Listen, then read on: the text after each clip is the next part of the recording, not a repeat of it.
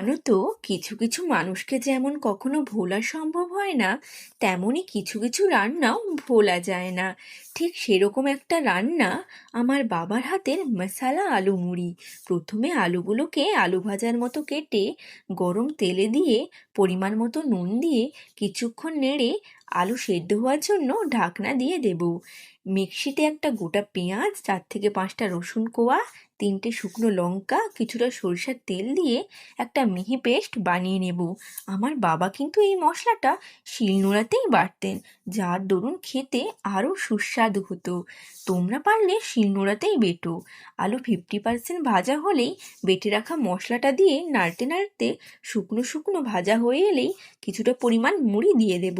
তারপর ভালো করে মিশিয়ে নেব। ব্যাস রেডি এবার। তারপর আর কি, পেট ভরে খাও আর কমেন্টে অবশ্যই জানিও কেমন লাগলো এই রেসিপিটা। টাটা।